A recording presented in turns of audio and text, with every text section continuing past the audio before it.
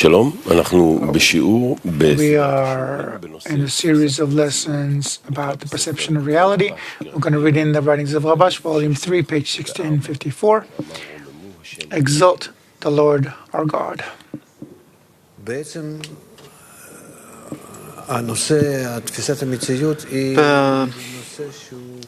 subject of perception of reality actually includes everything, because what is reality? Reality is the Creator, the revelation of the Creator, the perception of the Creator, connection, adhesion. Our entire work starts from the moment that we start digesting the state we're in. And the state we're in is that we're in the Creator, who's concealed. You can call it the force of nature, force of bestowal, doesn't matter how you call it. But from the moment that a person starts or becomes aware of it, not that he heard about it, for many years, when we come to the wisdom of Kabbalah, we hear that we're dealing with the Creator here, the revelation of the Creator to His creatures, and so on, but we only hear it. When the very first feeling comes that I'm actually dealing with the Creator isn't revealed yet, but a person as if starts grasping in his mind, also in feeling, but it still doesn't lead him to anything, but nonetheless, he starts feeling and understanding that in life, that there's a new additional component added to his life called the Creator. And this component, even though that it's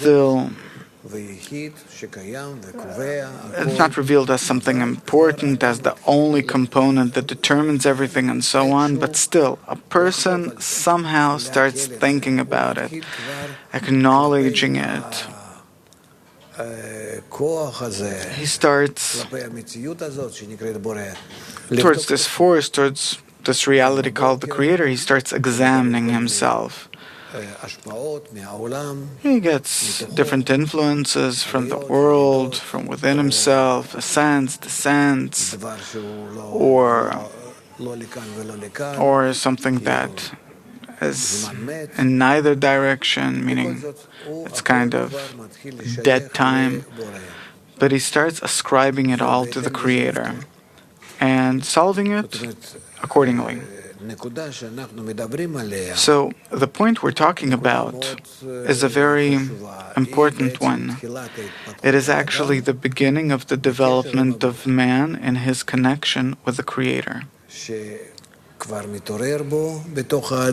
That already awakens inside, this idea awakens in a person that he is under the influence of the upper force in whatever happens, in all circumstances, and also he has states where he feels it more in a positive way, where he feels it more in a negative way. And this no longer worries him that much as it worries him that he's falling into the degree of a beast. And he feels that he is in the degree of a beast, that he has no feeling, no connection, no impression, either for the better or for the worse, but only that he determines the situation, that I don't feel anything right now, but this is how, and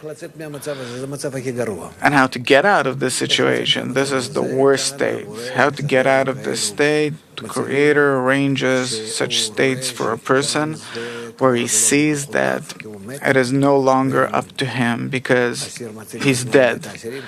And the prisoner can't release himself from prison. Here he needs a society.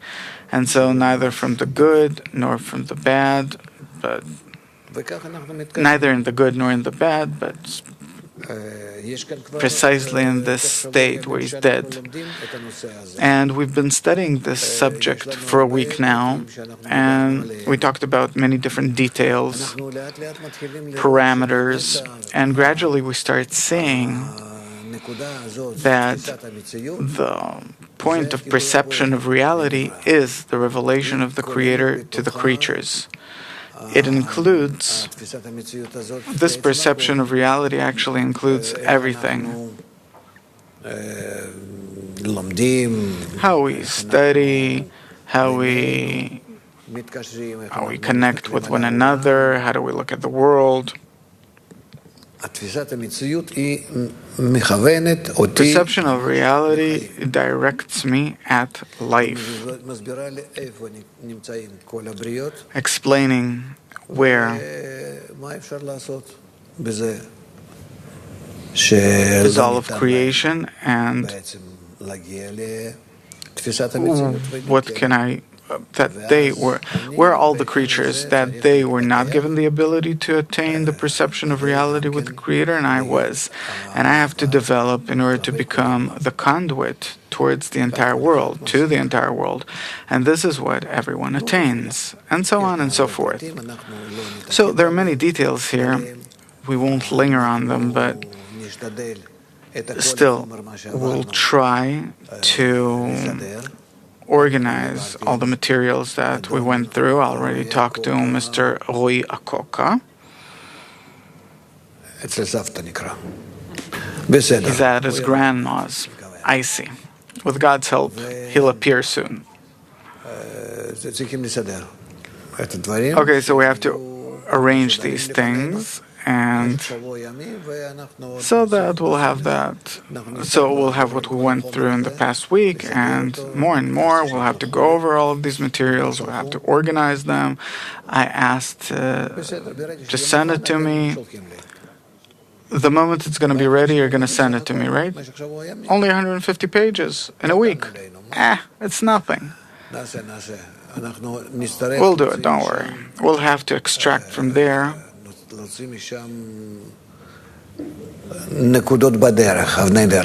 milestones. This isn't a subject that we can go over and forget and it will return, but the things that we're going over now, they have to build us. It's like you build a house, a building. You're building something. So you have to have these stones with you. So we'll have to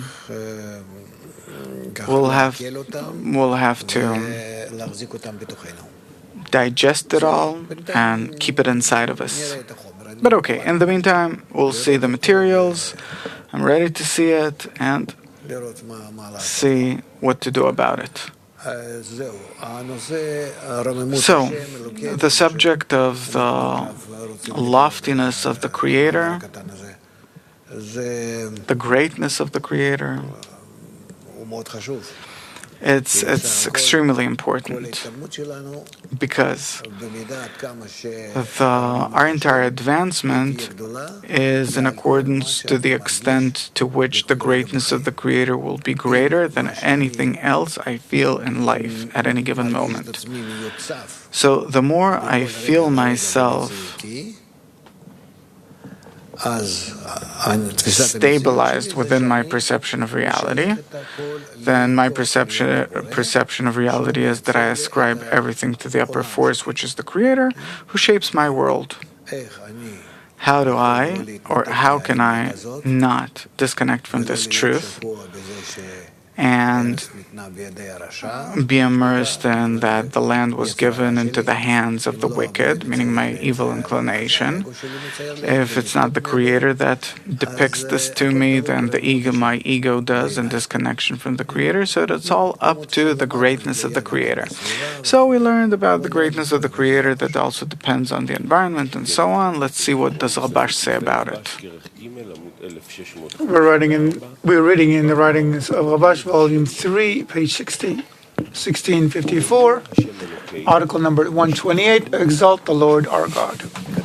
Exalt the Lord our God and bow to His to the mountain of his holiness, because the Lord our God is holy. Exalt means that if a person wants to know the greatness and exaltedness of the Lord our God, we can attain this only by dvekut, adhesion, and equivalence of form. So what is equivalence of form and how do you achieve it? Bow to the mountain of his holiness.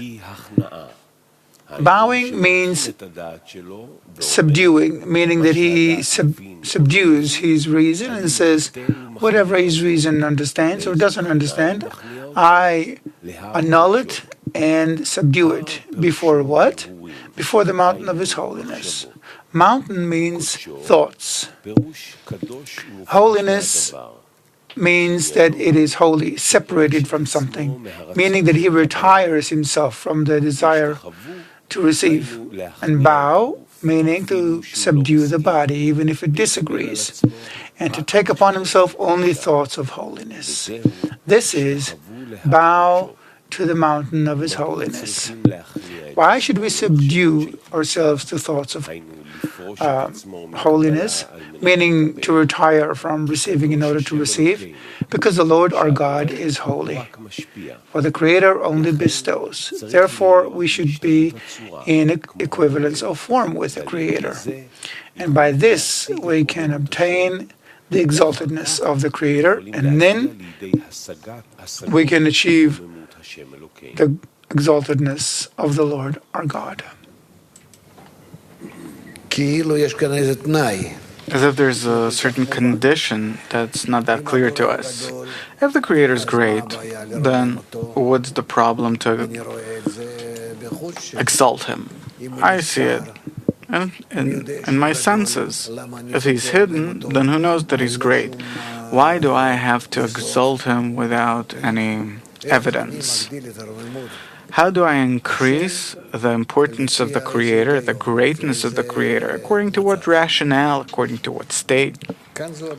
And this is the problem, that there is a precondition here, that the very same way that we have the quality of bestowal, to a small extent that I can say, yeah, it's special.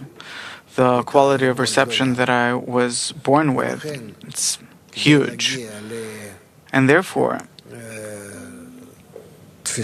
in order to reach the correct perception, I have to somehow at least arrange them one against the other. And it says so. The Creator has created them one against the other, but I don't see that about me. I see that I'm all the time in order to receive. In order to bestow is something that I can only do forcefully. Whereas when we're talking about the greatness of the Creator, it's only in order to reach the balance of the two lines. We're not rising above them. I can't determine that the greatness of the Creator is greater than the greatness of my will to receive. Because in the will to receive, that's where I examine things, this is where I measure the extent to which I feel the greatness of the Creator, because my powers of bestowal, I build them atop the forces of the in order to receive. And if it is possible to reach equivalence between the right and the left, then it means that I make the Creator great. Elevate, raise His greatness, and not by erasing or destroying the left line. But I start relating to these two states in a business-like fashion. And I do want for both of them to remain together, that only between them can I build my attitude towards reality. That perception of reality can only be between the force of in order to receive and the force of in order to bestow. And then, when I'm in between the two, then I can determine the greatness of the Creator, for it to be like or above the greatness of the creature. Read it again, please. Exalt the Lord our God. Exalt the Lord our God, and bow to the mountain of his holiness, because the Lord our God is holy. Exalt means that if a person wants to know the exaltedness and greatness of the Lord our God, we can attain this only by dvikut, adhesion, and equivalence of form. Therefore, what is equivalence of form, and how do you achieve equivalence of form? Bow to the mountain of his holiness. Bowing means subduing, meaning when he lowers his reason and says that what the reason understands or doesn't understand, I revoke and subdue it. Before what discernment do I subdue it? Before the mountain of his holiness. Mountain means thoughts, contemplations. Holiness means that it's holy and separated from something, meaning it retires from the desire to receive. Bow means to subdue the body even if it disagrees, and to take upon himself only thoughts of holiness. This is bow to the mountain of his holiness. Why do we need to subdue ourselves before thoughts of holiness, meaning to retire from receiving in order to receive? Because the Lord our God is holy. The Creator only bestows. Therefore, we should be in equivalence of form, like the Creator. By this, we can attain the exaltedness of the Creator, and then we can achieve the attainment of the exaltedness of the Lord our God. From here, we at least see that we don't erase anything, like we said, and bow to the mountain of His holiness. That the mountain, from the Hebrew word hihurim, second thoughts or contemplations. Then if we rise above it, then that mountain becomes the holy mountain, meaning that the force of bestowal can be stronger than the force of reception, and this is the only thing atop which it can be built. Therefore, we don't erase anything, but on the contrary, a person that has the correct perception of reality, he constantly examines himself towards the different contemplations that he has, different states that can disconnect him from the Creator, from bestowal, from connection, or bring him closer and disconnect him again and bring him closer. So all the time around the idea of adhesion, that there's none else besides him that's working on him all the time.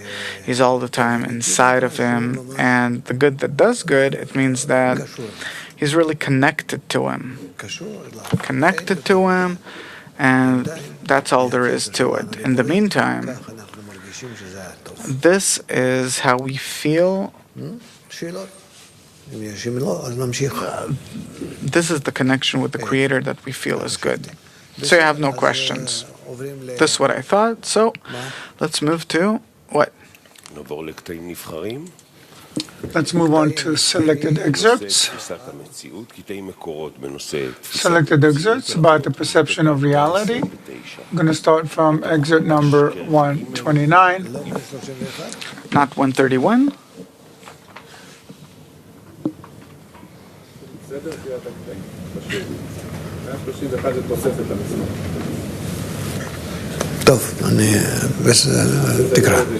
Okay, read it.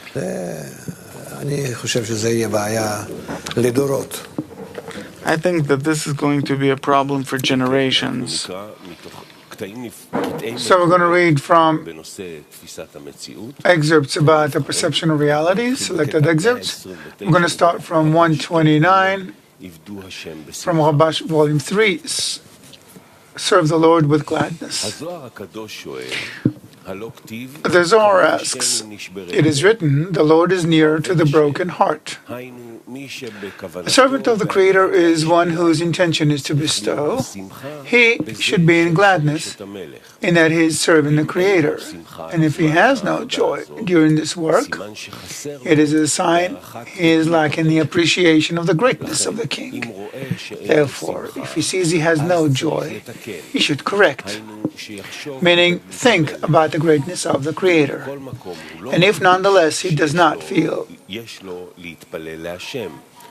it, then he should pray to the Creator to open up his eyes and heart so he feels the greatness of the Creator.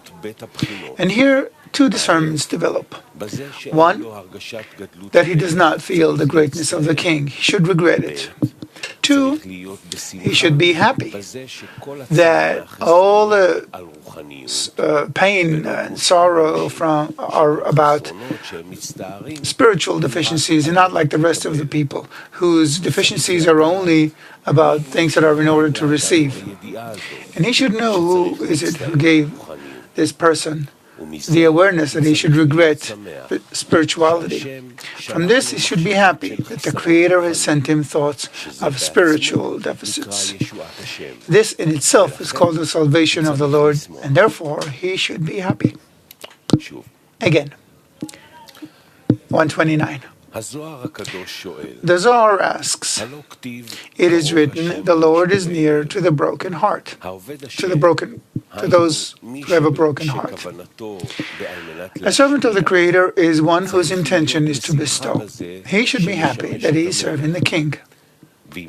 If he is not happy during this work, it is a sign he is lacking the appreciation of the greatness of the King. Therefore, if he sees that he has no joy, he should correct, meaning think about the greatness of the King.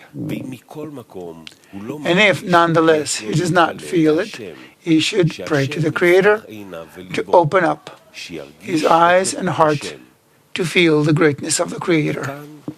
And here, two discernments develop. One, he should regret not having the sensation of the greatness of the King. Two, he should be happy that his sorrow is about deficiencies that concern spirituality, not like the rest of the people whose deficiencies are only about things that are in order to receive. And he should know who is it who gave him this awareness that he should regret spirituality, that his regrets should be about spirituality. From this, he should be happy that the Creator has sent him thoughts of spiritual deficiencies. This in itself is called the salvation of the Lord, and therefore he should be happy.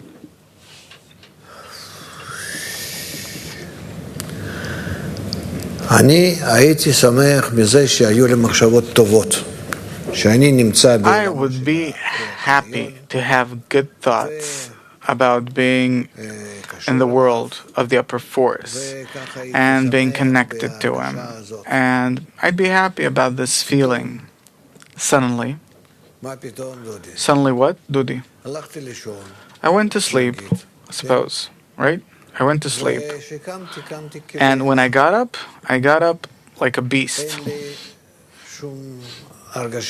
I don't feel anything. I got up, I started doing different things, moving around, because I can't stand being like a beast. Until I started regretting not having connection, not being in connection with spirituality, with the Creator, with the greatness of the Creator. So what do? What can I do that previously I felt the greatness of the Creator in my world, that He shapes my reality and I was happy about it? Or now, where I regret that I don't feel the greatness of the Creator and I have nothing that's related to Him, should I also be happy about that? What should I be happier about? Is the question clear? Ask then.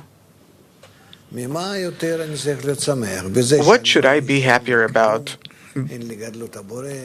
Feeling that I have nothing that I really feel zero importance of the Creator, no importance of the Creator whatsoever. There is no Creator in my reality, or in the contrary. I feel the greatness, the perception, the connection, some kind of adhesion. What am I supposed to be happier about? Yeah? Obviously, from the fact that he is empty, that he has nothing. Why then? Because he has room for prayer. Because there's a place for prayer to advance. This is the beginning of a new state, right? So, it's clear.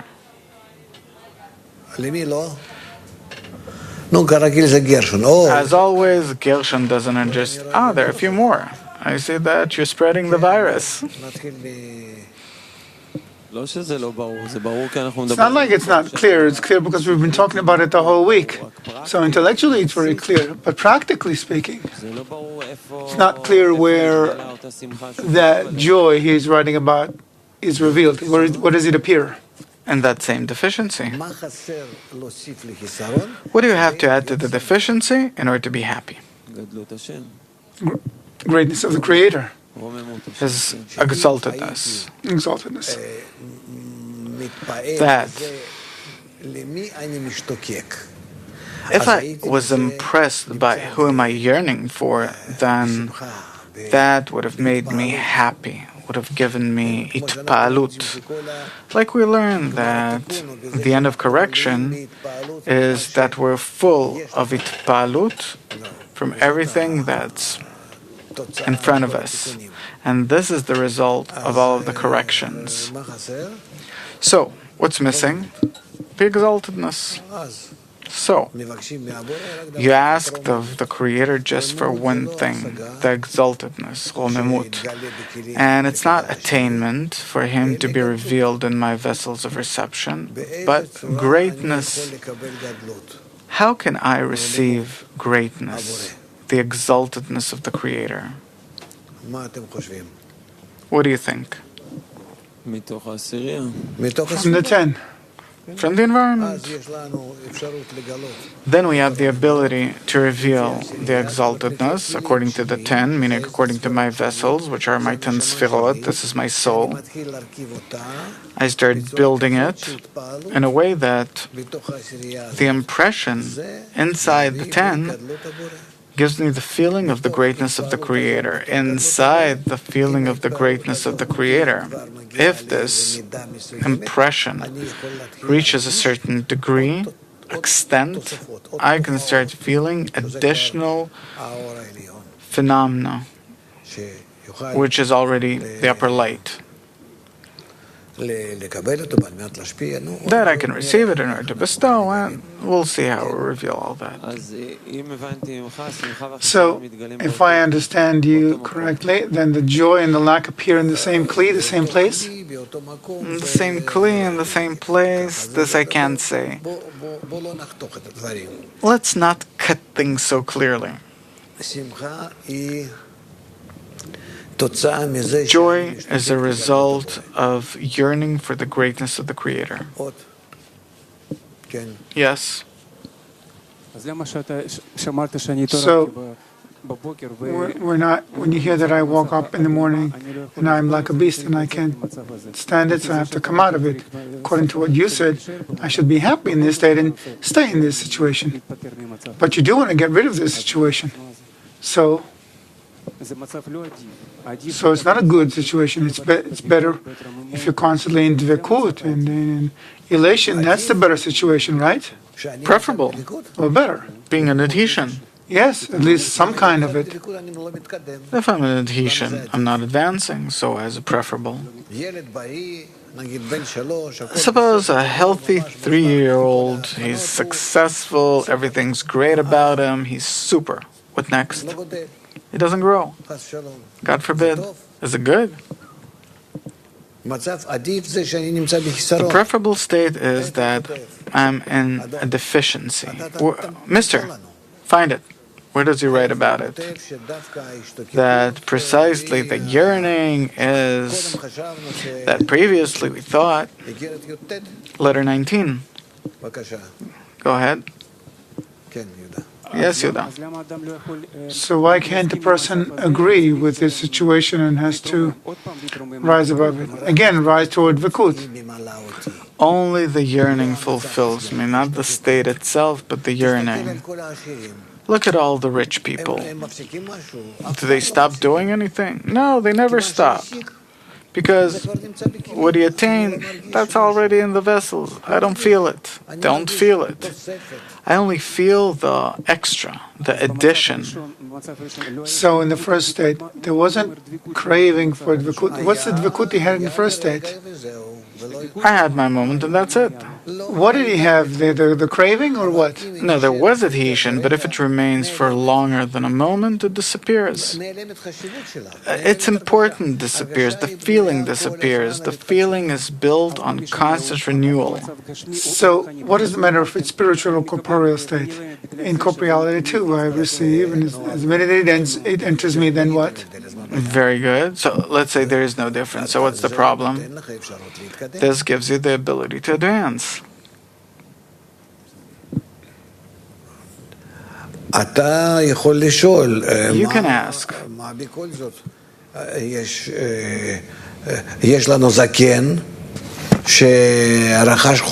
we have some elder person who acquired wisdom, and he has everything, but he's old.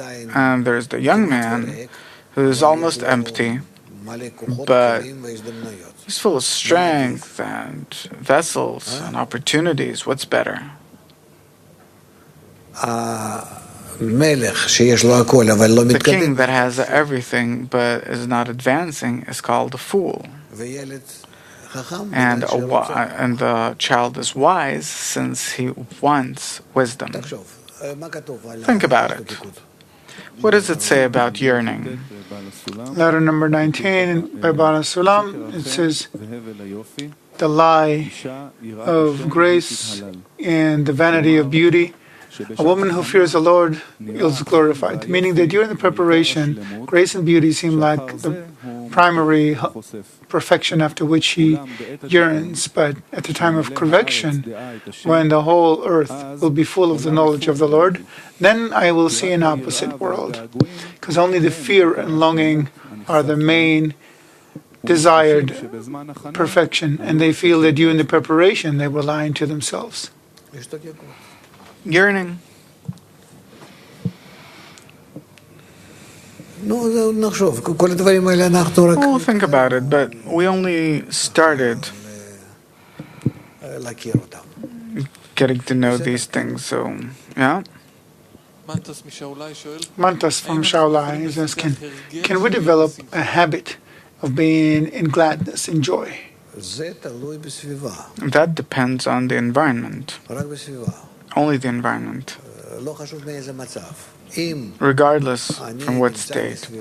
If I'm in an environment that holds on to that we're in the upper force, that accompanies us, that leads us, regardless what state you're experiencing.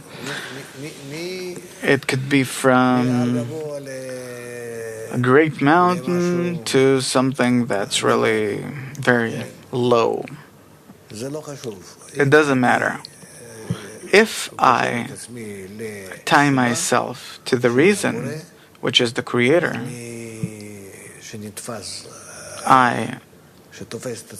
when I grab myself this way, when I hold Him, when I adhere myself like a baby to a grown-up, then it's my entire life. I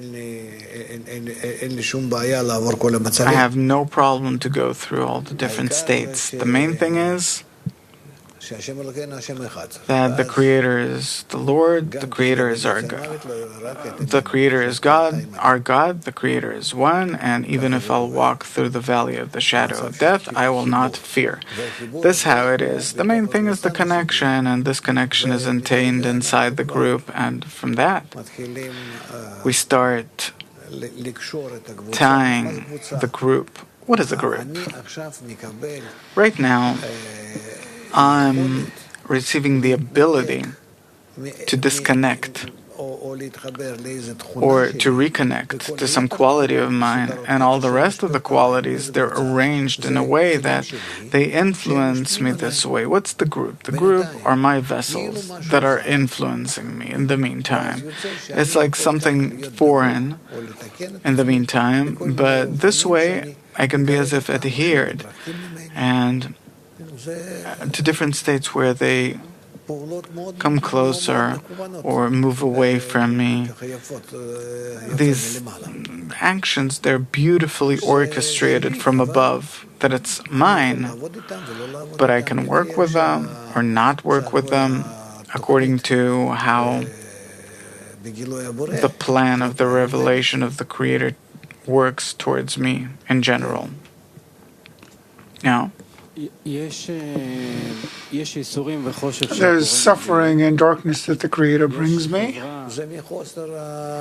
That's due to lack of connection with the Creator. If there is connection to the Creator, then the darkness that I attain, it increases the love and pleasure. Is this the yearning? He builds the yearning, of course. He builds my yearning, of course, and by that I feel belonging to the Creator. There are many discernments here. But don't think that we enjoy the fulfillment, that we enjoy the belonging. Because first of all, it's the tzimtzum, masach, or choser, adhesion, from the tiniest discernment, which is an ubal, embryo, where I'm willing to give everything up. I'm willing to annul everything, as long as I'm adhered to the upper. This is what you start the way with. From what I understand, the chisaron, the lack, can come from two places. One is that he brings me darkness in suffering, and two, that I take the yearning from somewhere, from myself, from society. Is this correct? Go on. And then there is a society that gives me, that inspires me, gives me exaltedness and greatness of the goal, and by this I have the strength to come out of the darkness and justify or attribute everything to him? I'd put it this way. Maybe it'll help us a bit more in the meantime. That society are the 10 sfirot, that when I'm connected to them, I reveal their inner quality because I annul myself towards them, I connect to them, and therefore I acquire a new quality of annulment, connection, bestowal towards them, even though that it's mine. All the 9 friends. It's actually me who's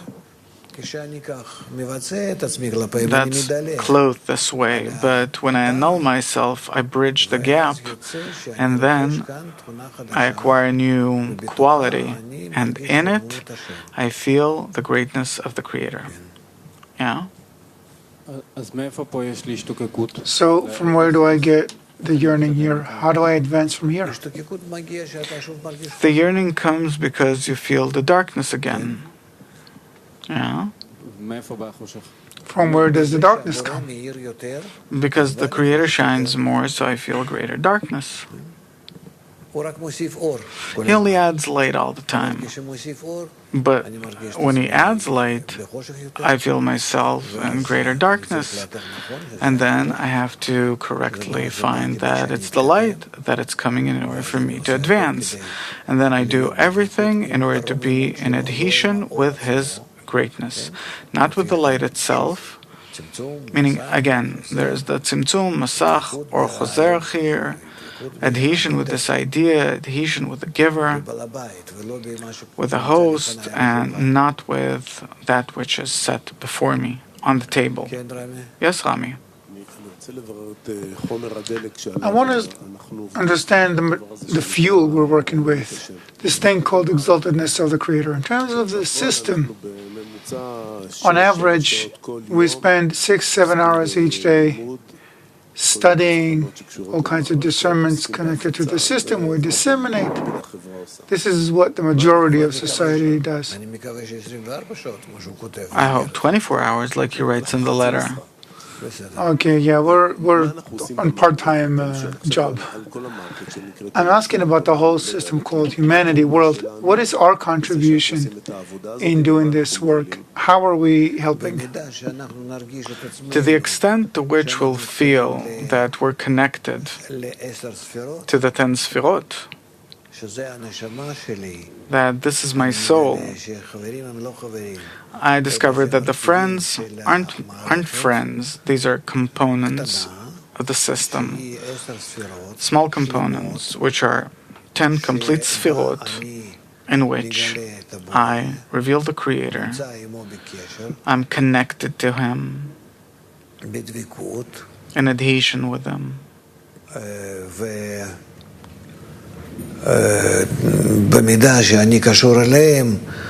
And to the extent to which I'm connected to Him, I have a sense of connection with the 10.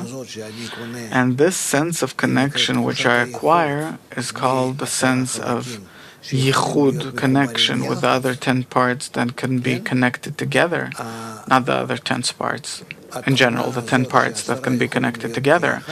The quality of the 10 being able to be as one, this is a new kli. And in this kli, I start feeling that everything's one. A broader circle, more external circle, more and more. It's all one. It's all a 10. The only question is, just like I brought all of my 10 together into one, then I can add more and more. Not now, but I'm already beginning to, how to put this, to depict it for myself that, yeah, this is how it's going to be. And it'll come. I already have a kind of guess, sense of it. Let's assume that we have 300-400 friends. In the world, you have another 1,000 or 2,000 friends. That this is the center of the list. They are exerting on this path. What is the contribution of this group to the general system? What general system? The world, humanity. No, the general system, it's an operating system. You have a car. There's a man sitting in the car. Rami. He's driving. He gets feedback from the car, and he's driving the car. So, the car that's activating the driver and the driver that's operating the car, they're interconnected.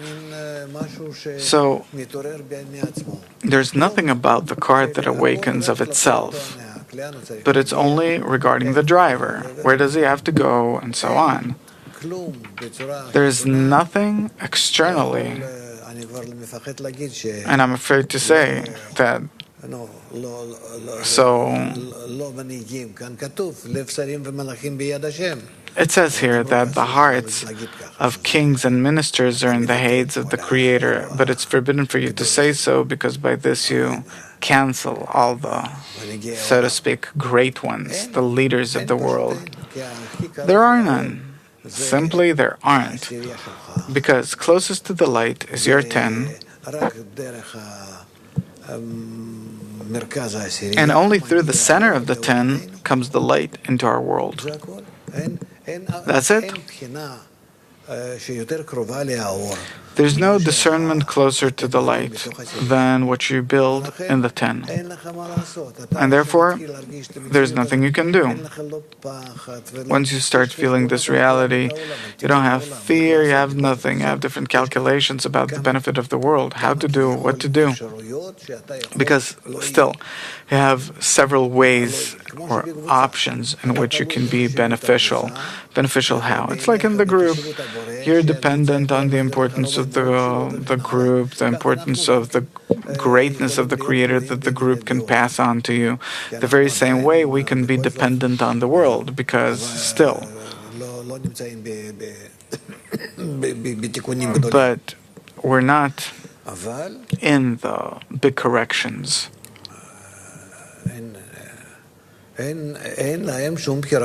But they have no free choice. It's like he says that it's like shachakadli.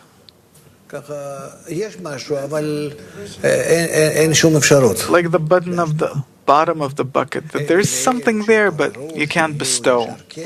But those that will awaken and the extent to which they will be a kel, then, of course,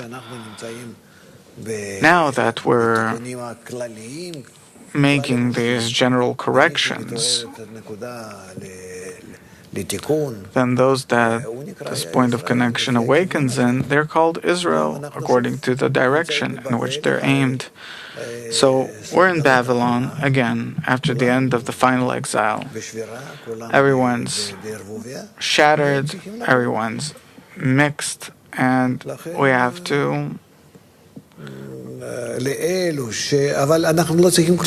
rise back again. But we don't have to be worried that much, because if we perform different corrections on the inside, from within, among ourselves, then our little system, it's always going to be like 10 sfirot, even if it's 2,000-3,000 people, doesn't matter how many. But it's 10 sfirot. Only you can integrate with them and raise man for them, and then you have to add your correction to them in order to bestow back to them, but only through you. That's it. The entire world comes to serve me, is there in order to serve me, meaning to give me a deficiency, and I to serve my master, to raise a deficiency to him. That's his joy. Yes, Chaim. Rav, what causes the system, the Creator, more contentment? People that are trying but are not in revelation, or starting Kabbalists that's already in attainment? The chisaron, the lack, not so much the degree, but the chisaron, more of it. The degree determines the role. But there's the role, and there's the it's like a family. Of course, the father is important because he is the bread bringer, for example. And the baby is important because everything exists for him. And he brings all the joy to the family. So you have both. And the second question, Rav, you said many times that I don't care where I sit down, the faces, the bodies, the nothing. I don't care. I don't see them. I sit down and start doing my work. It could be different people every time. Yeah. For example, if I'll sit with a different 10 every morning, then the connection maybe, I don't know how to define the connection, but how is it possible to strengthen the connection if you sit every morning with a different 10? What do you connect to? Bodies, faces? What bodies? What faces? What do you mean? So what are we connecting to? You connect to the chisaron, to the lack, toward the goal. You listen, you don't know about this revealing the inner lacks, desires, where the desires are. You grasp it according to body language. What you hear, what you see, what impresses you. That influences me. So, I'm telling you, if I relate to it correctly, then a person who comes here, then first of all, he made an effort. And the main thing is that the Creator brought him here.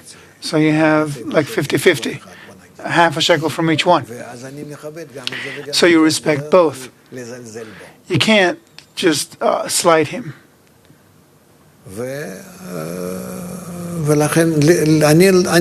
So I don't really feel importance about sitting with the same people.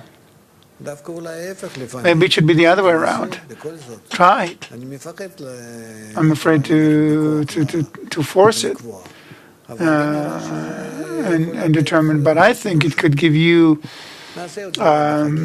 diversity, changes, new things. Maybe we'll do it during the holidays where we sit this way, that way. Maybe on Sukkot. We'll see. This isn't an offer. I don't want to impose this. It was a question. Oh yeah, we'll have to do it anyway. It's got nothing to do with your saying or not saying. You did it on... You did it in the last Congress? Yeah, maybe. He says you did it according to my recommendation. Okay. Yes. Going back to the example where I get up as a beast. I got up as a beast. Yeah. And then I act as a machine. What influences your beast most? What do you mean? What influences me most is a hot shower. I go and I just pour on myself like really, really, really hot water, as hot as possible. For a few minutes, and the body wakes up. The beast wakes up, the animal. After the animal, then you begin to little by little, something wakes up. The important thing is to start on the right side, on the right-hand side, meaning that all of these feelings elevate you to a new feeling. It always starts from minus. And here you go from a beast, then the criticism will come, and the scrutinies, etc. Do physical things, and that, just like that. Abash was like, he would go to the bathroom, come back, drink a cup of coffee, bit by bit by bit, and you could see how the difference was something awful. How could such a thing be? And he wasn't just acting out in front of me. It was really, he would move from such a face that was far from everything into such awakening. He would sit like very strong, making great efforts, but it's very hard. And it's very hard. Sometimes it takes a long time. We don't understand what the Shema reading is. But the students of Rabbi Shimon would sit 2 hours to come to the Shema reading. Shema Israel, Hear, O Israel.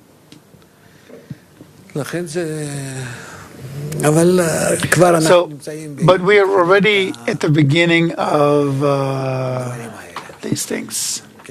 Yes. Because according to what we study and what you said, the most beneficial is the state, because perhaps that's where you can benefit the most from it. The best is for me to get something like a shock. This awakens you immediately, the ego jumps, fears, anxieties, excitements, what, who, where does it come from? And then you got something to do, and that's the best thing. How do you influence a person who's like a beast? Only in this way. But it's like you have the least choice there. The choice is not in this. If you're dead, then the choice is what you had before when you signed a covenant, the Elvut, and they're influencing you. In that, if it's a real state, if you're dead, you're dead. Okay. Yes? I want to ask about the yearning. What's the difference between a spiritual yearning and a corporeal one? Because the way you described it, you said if you're yearning for something, then you enjoy the way and you're running, and it doesn't matter if you have ups or downs. A person is measured according to the yearning. And the method to advance, it's in corporeality, it's the same way too. Oh, wait a minute. Why is it bad if it's like that? What's not true about it? So that's the thing. This is what I'm trying to find out, because in my mind, I had this feeling that our way is a bit different. How different? A lack is a lack. The only question is for what? Meaning that actually the entire difference between the corporeal way, your way to become rich, or the spiritual way to achieve the... Yes. Yes. That's it? The entire difference? Yes. The Creator didn't create anything but desire. But how do you direct it? That's the whole point. How do you end your life? With what calculation? Means how you use what you were given. And suppose I want to be really rich, so I surround myself with people that help me keep this thing. Yes, you need to be in that environment that keeps talking about it. And on the spiritual way, in order to achieve spirituality, I surround myself with people. Yes. Yes, Rabash writes about it somewhere. You have these articles, yeah?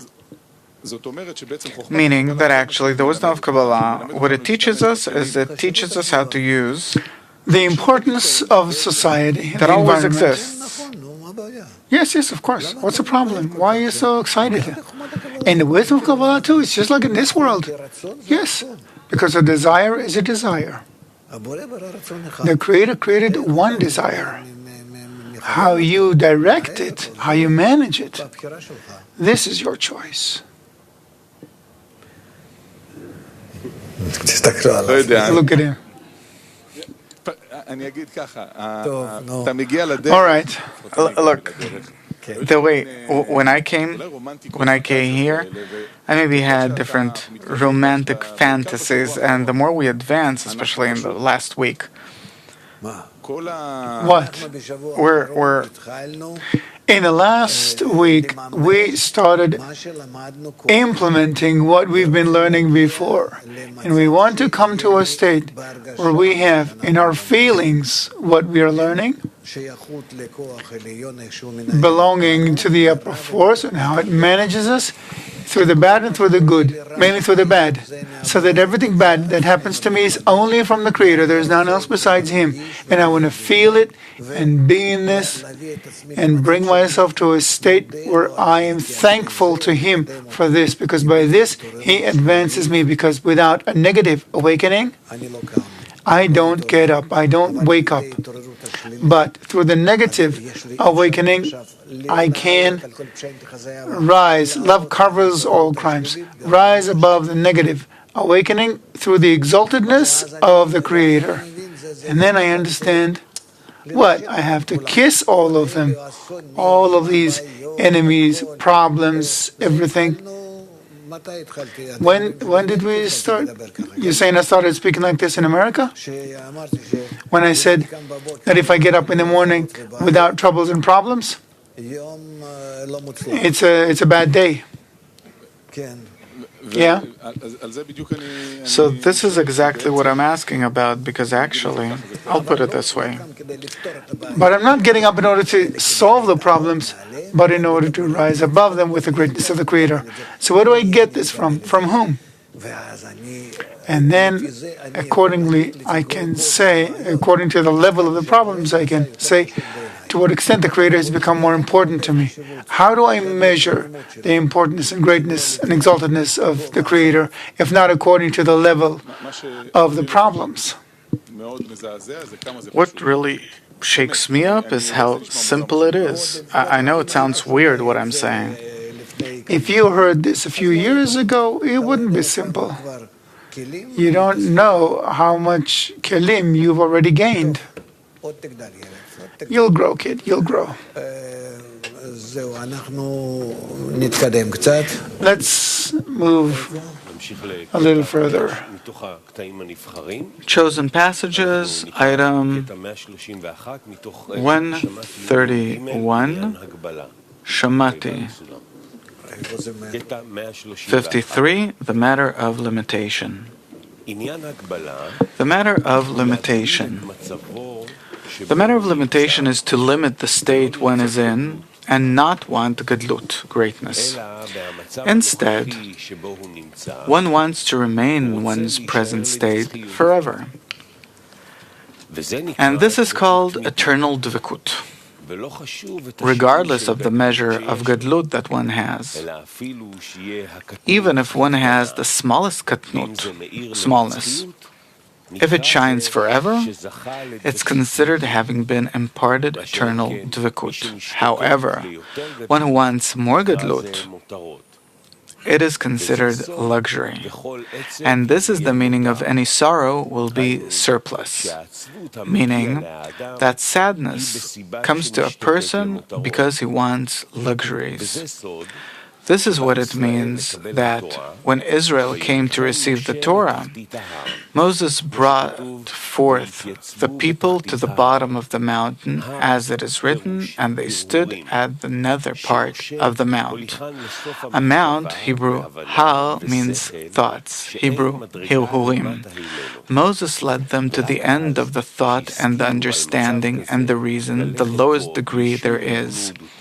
Only then, when they agreed to such a state, to walk in it without any wavering in motion, but to remain in that state as if they had the greatest gadlut, and to be happy for it. This is the meaning of serve the Lord with gladness. This is so because during the gadlut, it is irrelevant to say that He gives them work to be in gladness, since during the gadlut, gladness comes by itself. Instead, the work of gladness is given to them for the time of katnut, so that they will have joy although they feel katnut, and this is a great work.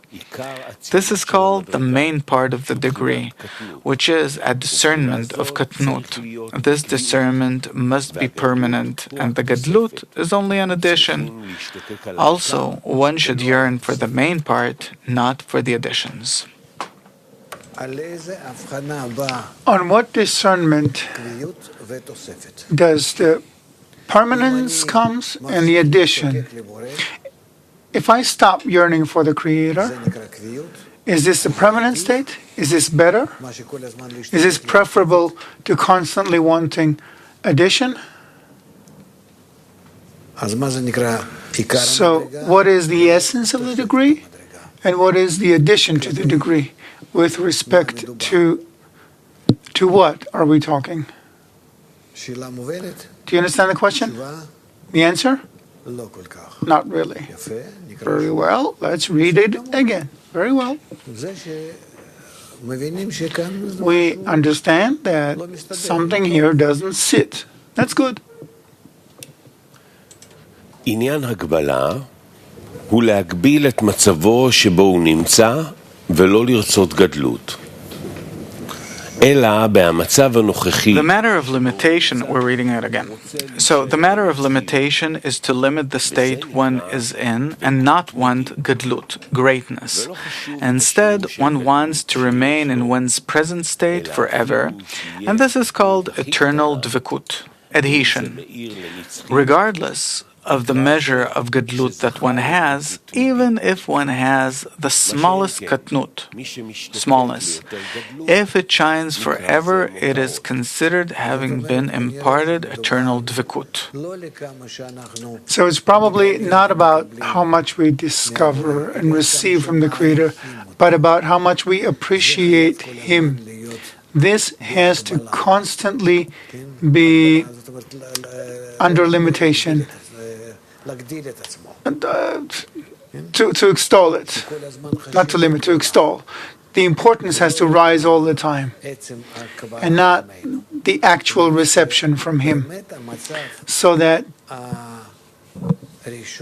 the first state that we attain, the ubal, the embryo, You remember what an embryo is, what an ubar is?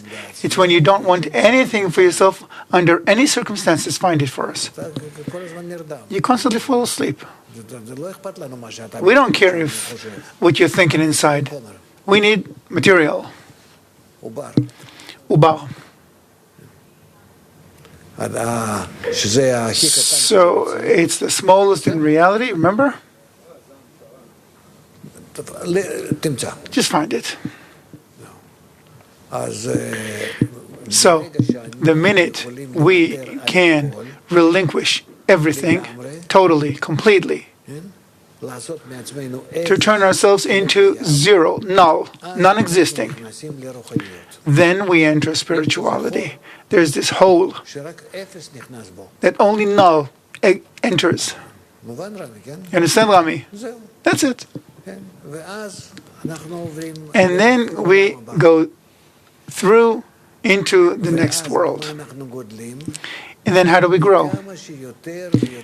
To the extent that we make more and more and more null of ourselves, more and more so. On top of what?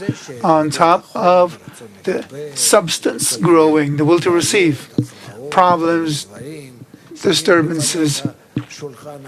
They're going to place in front of you a set table with more and more refreshments and food and whatnot, and you turn yourself into more and more and more nothing, and you just want to attach yourself to the exaltedness of the Creator more and more. This is called acquiring the quality of bestowal, the quality of faith, and that way you begin to see that world. I have seen an opposite world. I see you are getting this a little bit. Very well. You're beginning not to guess it, but to sense it, maybe. Did you find it? About the ubar. That by annulling itself, the entrance to the upper one happens. Read it and we'll see. Okay, so it's Rabash volume 2. What is a couple blessings should befall in the work. Before the yanika, the nursing, there's the ibur, embryonic state, meaning that the upper one corrects him. This can be when a person is like an embryo in its mother's womb. The embryo is annulled before the mother and has no opinion of his own. But as our sages said, the ubar is its mother's thigh, eating what its mother eats, and he has no authority of his own to ask any questions, and he doesn't merit a name. He has plenty of things to ask about, and he has he has grievances about it, but he restricts himself. This is called being mute, without a mouth to ask questions. And this happens when a person can go with his eyes shut above reason and believe in the sages and go all the way. This is called ibur, conception, when he becomes an embryo, when he doesn't have a mouth. Ibur, it's written in Talmud Sfirot, is a level of malchut, which is the most possibly restricted tzimtzum, restriction, from the words anger and judgments. Meaning, inside a person, there are plenty. As it is written, and the Lord was impregnated in me for you, for your sake. We should interpret. Wait a minute. 1 sec. What? What? We should interpret the meaning of anger and judgments. Since a person has to go with his eyes shut, above reason, the body resists this work. Therefore, a person having to always overcome is called anger and wrath and trouble, since it is hard work to always overcome, to annul before the upper one, for the upper one to make of him what the upper one wants. This is called ibur, the embryonic state, which is the most possibly restricted katnut. But to restrict himself and to give himself over to the upper, whatever happens, not to see anything in advance, and to cancel himself each and every moment. And what does the upper do? That in every given moment you have to be ready to bless. And this is only thanks to the greatness, exaltedness of the upper. And then there are higher, more exalted degrees, harder degrees. Because the will to receive starts growing on the first degree, second degree.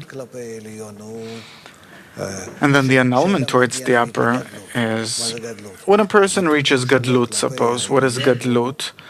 That his annulment towards the upper is over his vessels of reception, meaning here he restricts himself. How much of Yud does he have now? It's the beginning of the way. So the entire way through the ladder of degrees is annulment, annulment, annulment, and greatness, greatness, and greatness. But this way, he starts finding himself. He starts, finding himself in the host, in the king's palace, and that's how it is. Dudi, what's wrong? Yes, Shai. Eugenio from Portugal is asking how to relate the restriction to none else besides him. I think that he was talking about the annulment. The Creator does everything. We don't know exactly what to do, in what way, in what order. We need to go with the flow. Just go with the flow, with the group, with the teacher, with the learning, the lessons, with every lesson. We need to flow. And it'll work on us. We don't know how it works. We don't. How to get into the Ibu, how it happens in Ibu. We are taught, constantly taught. But we have to do what we can. What the Creator has set up, as much as we understand this whole arrangement, this whole world, this group, everything is all arranged in order to at least achieve Ibul. You will see your world in your life. So an Ubal already sees from the end of the world to its end. This is what we have to come to. This is our goal. To enter the Ibul. Yes. My question regarding the importance of the environment and the environment as a source of fuel for advancement. You said once that you're envious of all of us, meaning of the deficiency that for the Creator that exists in everyone. Yes. Now, looking at society, there are plenty of different ways in which it's expressed. Someone's funny, someone's quiet, someone's modest, someone's something else. There's so many different kinds. And I don't know, suppose many times I'm thinking there are friends that are very quiet, they do their work modestly, no one sees it, and I say they have importance. I don't see them this way. I want to swallow all of them because they're mine. They're my qualities that are here. Why should they be outside of me? I want to collect all of them and have them be in me. I want to bring them back to their place. And I want to feel myself standing in front of the landlord, in front of the host. Why are you all here? What's the matter with you? Come back in. Stupidity, wisdom, you name it. In every single one, I need all of them. And then I'll be attached to the Creator 100%. Yes. Why should I think what is outside of me? I'm thinking, how did it come out? Why? I need those things inside. There are types that you're more envious of. I'm not jealous of them.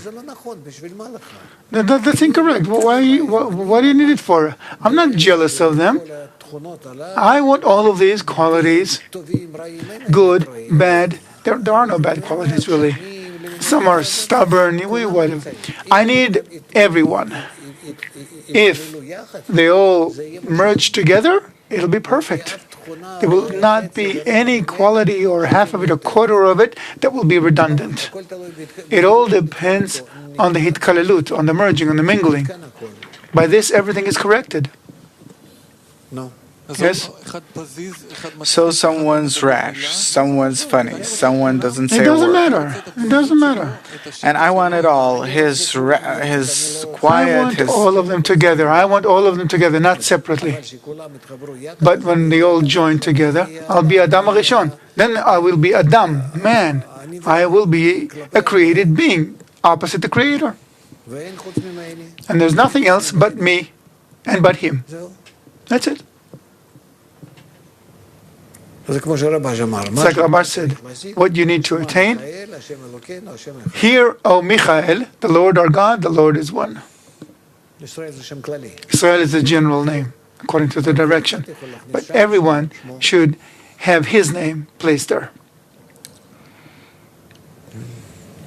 And then each and every one will discover that he has a whole world. Each one. Through which he is adhered to the Creator. But we, just for our point, don't be jealous of those who are outside of you. Just recognize that they should be in you. This is what you obtain, you achieve through love. Dennis from Moscow is asking, how can I practically express the annulment and greatness of the Creator and the Ten?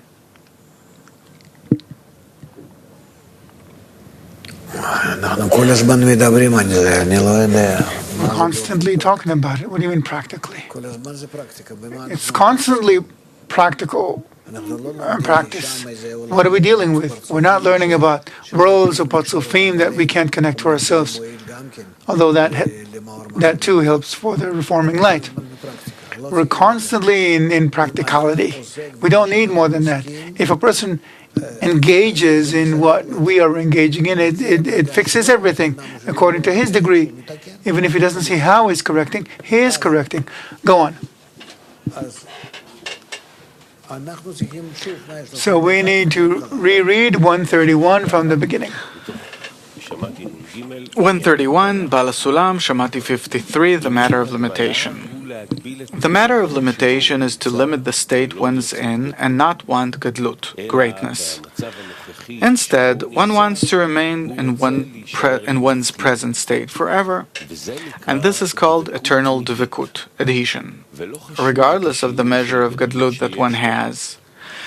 Even if one has the smallest katnut, smallness, if it shines forever, it is considered having been imparted eternal dvikut. However, one who wants more gadlut, it is considered luxury. And this is the meaning of any sorrow will be surplus, meaning that sadness comes to a person because he wants luxuries.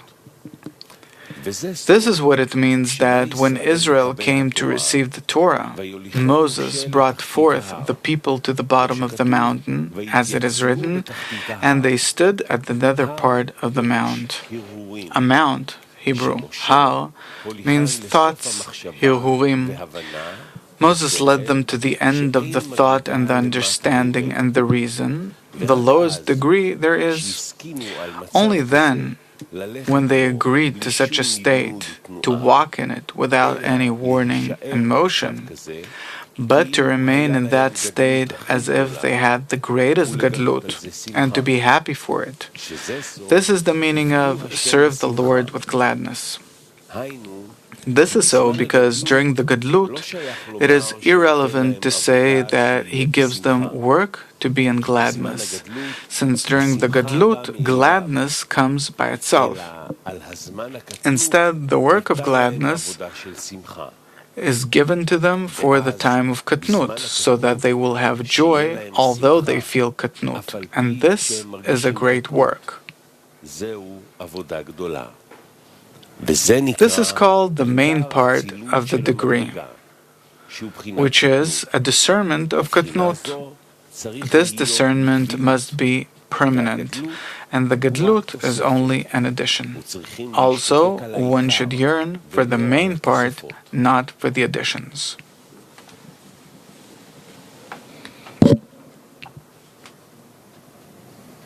We have Roy Miron. We ask him to sing us a song, something to wake up the hearts. No. Come on. מבקש אני הם חיי, הם נשמתי, בלעדיהם אני לא קיים. את החי מבקש אני הם חיי, הם נשמתי, בלעדיהם אני לא קיים.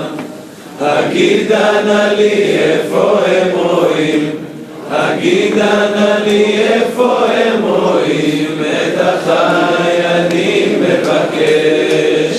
הגידה נא לי איפה הם רואים, הגידה נא לי איפה הם רואים, את החי אני מבקש. שאלות לפי מה שקראנו? כן. Questions according to what we read? Amit? The state he's describing, the state of Katnut he describes here, unconditional surrender. Yeah. This is the Lishma. Yes, the first one. Yeah. If we're going for the Lishma, what's the difference between concealment and revelation then? Only for the purpose of advancement, to the extent that it helps, not for myself. If it's Lishma, for her sake, then you have no calculations. The calculation is only with respect to advancement in dedication, in the extent to which you can bestow upon the host on top of the table that's filled with abundance. So practically there's no difference. Between what? Whether a person is in a state of concealment or revelation. Yes. Well, there is a difference in the work. But you use both for the purpose of dvikut. What's supposed to be revealed if he's ready to surrender without any conditions in a state of concealment? It's not regarded as concealment, I would say. Because the fact that a person doesn't want to reveal the Creator, he wants to reveal the dvikut with Him, His exaltedness. It's not regarded as... It's true that wisdom is for the humble, the concealment, the revealing in concealment, but it's just what we say. A person doesn't suffer from being in concealment toward his vessels of reception. He's happy about it. This elevates him. I don't have any words. I have no words. It's... I can't... This example also of sitting in front of the host with a set table, it's not the final example. Because to my vessels of reception, that refreshment, that food on the table, never enters as it is now. And in the vessels that you have in the beginning, broken ones, it's something else. There's nothing you can do. It's the example, it's like Kabbalist would say, you don't like this example, throw it away and take another one. But there is no but. From world to world, you can only talk about in what way to give some example.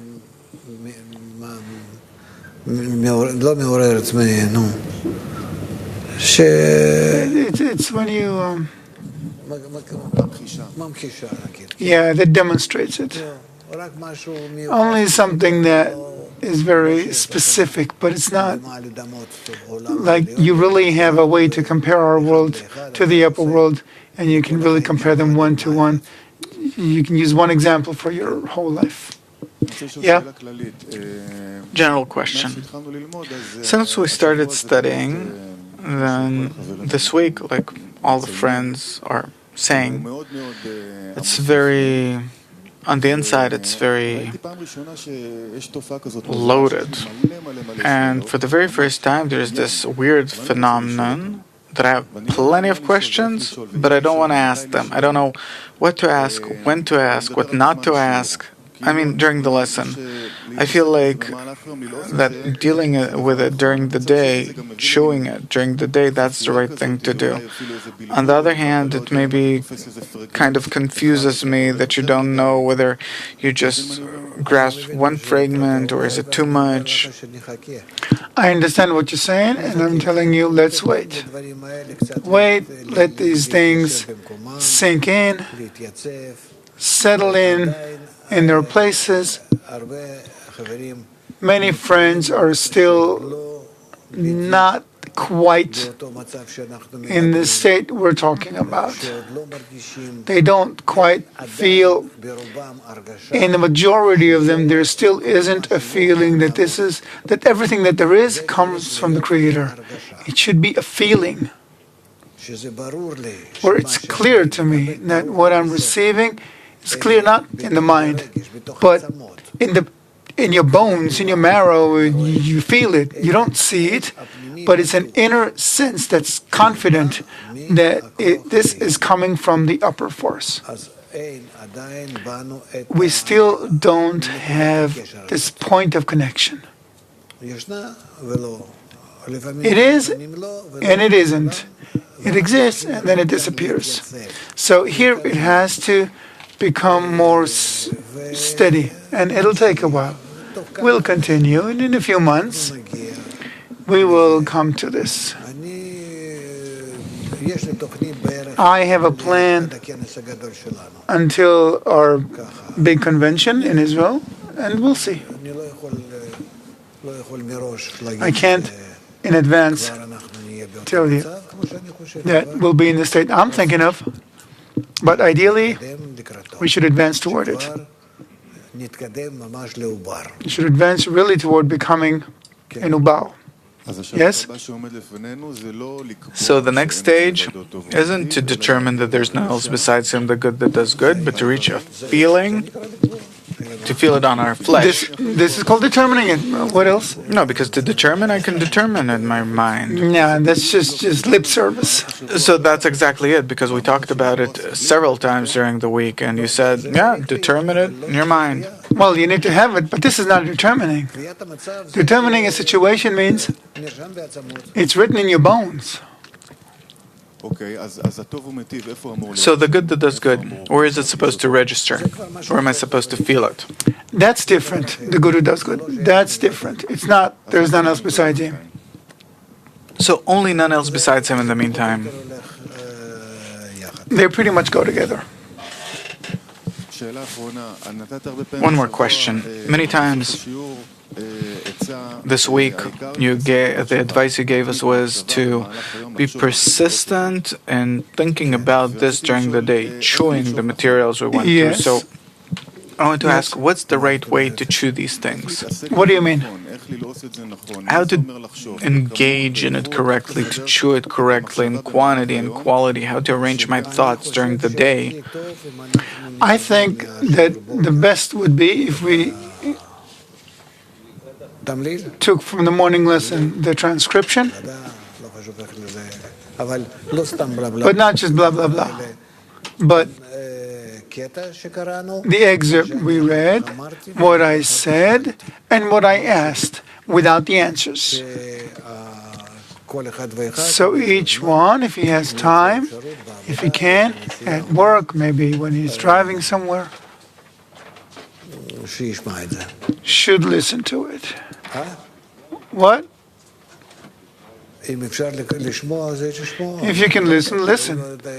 I don't know. It depends on what's convenient for you and how you can allow yourself. And also be careful, maybe not while you're driving, because a person gets all these internal depictions and it might become dangerous. All right? Yes. Shoyovich. To continue on me, then really the whole notion of perception of reality, in theory it's very nice, but practically it's like it doesn't manifest in reality. Everything very in an organized way, so it's very tiring internally. And of course there are periods when you need to hold on to the group and let the water wash over you until you come to a new state. But the question is, with this patience, is it some sort of procrastination? Is it some sort of escape? A person says, all right, so it's not working out for me here now. It doesn't really make sense. It doesn't quite come to a practical realization. So the question becomes, all right, so suppose we say, let's give it the question is, if we say, let's give it some time, is that escaping it? If it's an escape, it's an escape. You want to escape? Go ahead. I am given what I can give in a way that I can give it, as much as I understood it from my teacher, and as much as I can pass it on. And if it doesn't work out? If it doesn't work out, go to someone else. There's no answer here.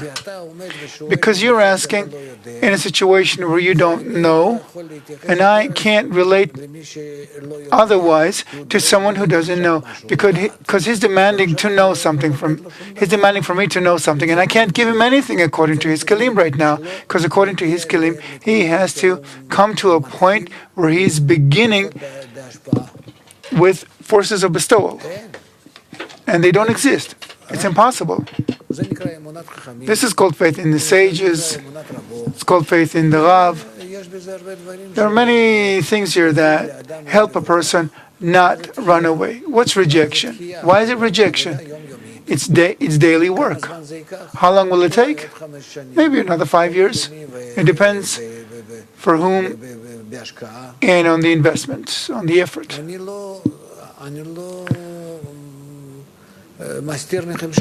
I'm not hiding anything from you. But, why were you born? What did you want to attain in life? If not this, then it'll be something else. Go there quickly.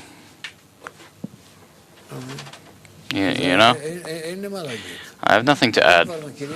You've known me for years, and the path as well. I'm opening for you now a new phase. I told you about it in advance, that I'm planning it. That since from the last Jewish New Year, Rosh Hashanah, until last week, and we talked about perception of reality in advance, I actually started it, the truth is, a little bit in my trip to North and South America, to be in it a little bit, but I didn't talk about the issue itself. But now, I thought that now you feel in the seriousness of the degree that we're on, and that stands before us. If you understand that this is truly the entrance to the world, the upper world, then what can you ask here? If I say that I don't feel it, no, you won't feel it. That you don't understand, you won't understand, and you don't understand. Everything comes in new kilim, brand new kilim that are called kilim of ashpa, bestowal, or kilim of faith, emunah. That's how it is. These kilim can only be in annulment, as we just learned about the ubar, the embryo. So we need to want it and aspire towards it, and as much as it hurts a person that he doesn't want it, but more to try harder and harder until he says, I want it finally. Here there's a moment of crisis, but we don't undergo it by a crisis, like in the shattering that happened in our roots earlier. We undergo it in a smooth way, that gradually, a little more, layer after layer, we peel it off of ourselves until finally we discover that, oh, I agree. It's a wonder. Suddenly I agree. And afterwards, suddenly there's a sensation of the upper existence. All of a sudden, the Creator appears out of the fog.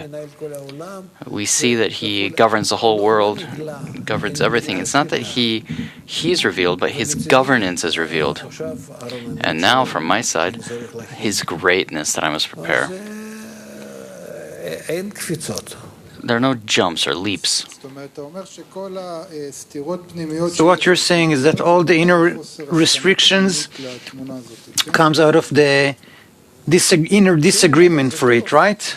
That's right, but it's good. You also need that. There's nothing that's unnecessary. It doesn't matter. You can resist or not, so it'll take another few years, another incarnation. But after all, everything will return to its root. So I'm saying that approach, that it will take few more years, few more incarnations, that consent doesn't have, isn't this an inner escape? Why escape?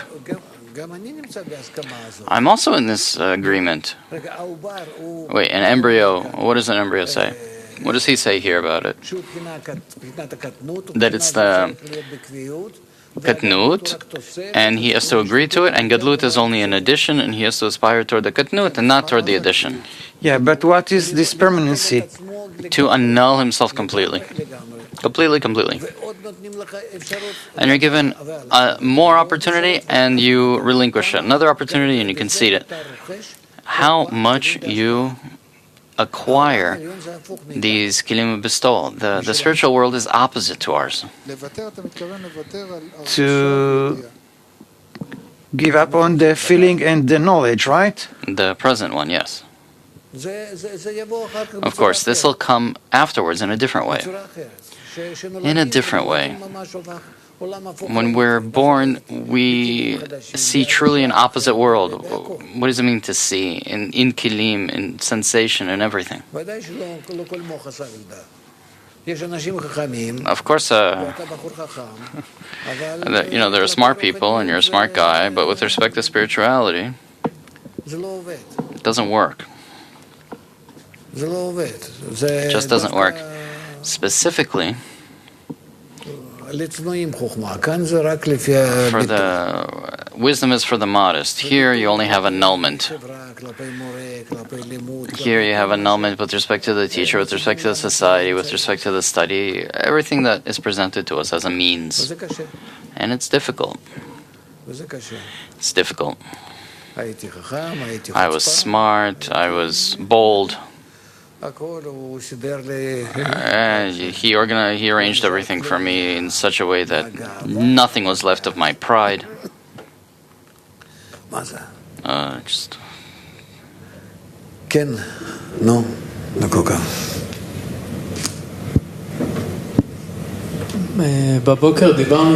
the morning, we're saying that revealing the Creator, he always appears in the will to receive in an opposite way. Whenever he is revealed inside the will to receive, it will all be darkness, sufferings, negative things. Just ask. Go ahead. Ask till the end, and I won't have an answer for you. Because you're asking about kilim that we don't have. Why do we need this? Why do we have to go into it? Go ahead, continue. So we don't have the will to receive, I don't understand. Will to receive, yes, but you need to work with it in a different way. Not in that same will to receive that you have now. All right, let's leave it, let's move on.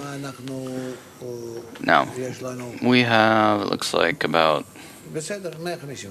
all right, 152. A little more. So we continue in excerpts about the perception of reality, excerpt number 152 from Baal Sulam Shamari 6:6. What is the day and the night of the Lord in the work? The day of the Lord will mean that providence, how the Creator leads the world, will be clearly in the form of benevolence. For example, when one prays, his prayer is immediately answered and he receives what he has prayed for. And one succeeds wherever one turns. This is called the day of the Lord. Conversely, darkness, which is night, will mean concealment of the face.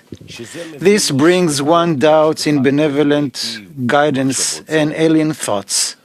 In other words, the concealment of the guidance brings one all these alien views and thoughts. This is called night and darkness. Namely, one experiences a state where one feels that the world has turned dark on him. Now we can interpret what is written, "Woe unto you that desire the day of the Lord. Wherefore would ye have the day of the Lord? It is darkness and not light." The thing is that those who await the day of the Lord, it means that they are waiting to be imparted faith above reason. That faith will be as strong as if they see with their eyes with certainty that it is so, meaning that the Creator guides the world in benevolence. In other words, they do not want to see how the Creator leads the world in benevolence, because seeing is contradictory to faith. In other words, faith is precisely where it is against reason. And when one does what it is against one's reason, this is called faith above reason. This means that they believe that the guidance of the Creator of the creatures is benevolent. And while they do not see it with absolute certainty, they do not say to the Creator, "We want to see the benevolence as seeing with reason." Rather, they want it to remain in them as faith above reason. But they ask of the Creator to impart them with such strength that this faith will be so strong as if they see it with reason. It means that there will not be a difference between faith and knowledge in the mind. This is what they, meaning those who want to cleave to the Creator, refer to as the day of the Lord. In other words, if they feel it as knowledge, then the light of God, called the upper abundance, will go to the vessels of reception, called separated vessels. And they do not want this, since it would go to the will to receive, which is opposite to Kedusha, sanctity, which is against the will to receive for self-gratification. Instead, they want to be adhered to the Creator, and this can only be through equivalence of form. We see from this that spiritual kelim are different than corporeal kelim. And for now we can't imagine them and point out and say that this is a spiritual kli. So we advance, we come closer from exercises that were given by Kabbalists, and slowly, like from the fog, there clarifies more and more, time after time, and everything, the rate of our progress depends on us, but the steps do not depend on us. They depend on the common kli, its correction, which has a program. We can hasten the development, but we can't change the development. So hastening of the development brings us in sensation a difference from good to bad, let's say. Of course, it depends what good and bad are defined as for us, pleasant and unpleasant. But to agree to the kelim being different, I saw an opposite world. And it's not that I saw in my kelim an opposite world, but since my kelim changed, then that constant external reality, which is the light of Ein Sof, that depicts within me new forms. Do you want to hear it again? I don't know. What, Hanoch? If I stand and see in front of me here a black abyss. I'm studying and I see a black abyss. If I make one step forward, I die. So how do I constantly do this jump, leap against my reason, against my senses, and go and fall forward? I'm being pushed. How do I do this leap of Nachshon? How every time I fall on my way forward? Don't say jumping of Nachshon. You don't know what that is, so you don't depict yourself as being as some corporeal steps and spiritual steps together. That's first. Second of all, nobody is demanding from you any part of what you're describing. First of all, you're told that you have friends. Create with them arvut, a covenant, study consistently, do everything that a regular person in this world is supposed to do. Don't jump into an abyss. It's not written for you to do that anywhere. You don't have to don't rewrite the Torah. What is demanded of you that you're not able to do? Live by them and die by them. What does that mean? What are you told? Quit your job. Don't go to the army. Don't get married. Be in this day and night. Is that what you're told? What are you told to do? What are you told to do? Are you told to do something against the laws of our society, against the laws of the state? What is this abyss you're talking about? There is no such thing in our life. And there will never be. There will never be. Everything in a spiritual, internal way, a person has these conditions sometimes that are shown to him, but it's also not that he's coerced to do. We don't know what faith above reason is. Faith above reason means that I have a clear reason and I'm going to do something above it, against it, but it's not against my own logic.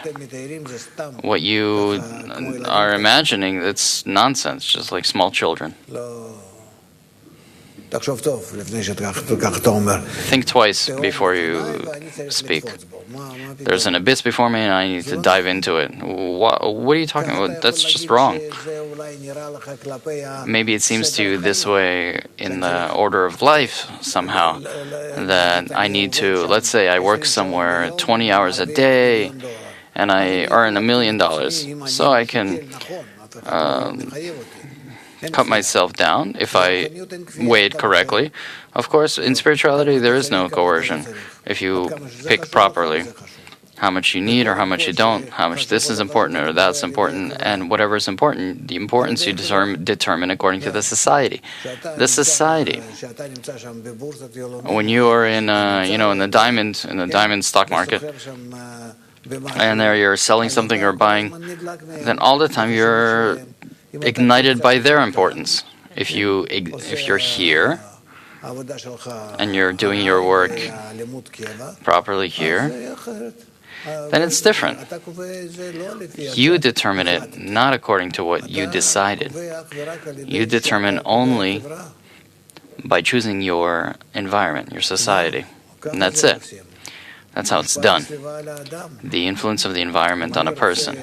If I want my life to be directed somehow towards spirituality, first of all, I need to determine my environment, because the environment is what influences. If every day you're among those salespeople, wherever you are, then you'll be like them. You'll be like like blacksmiths or tailors or whatever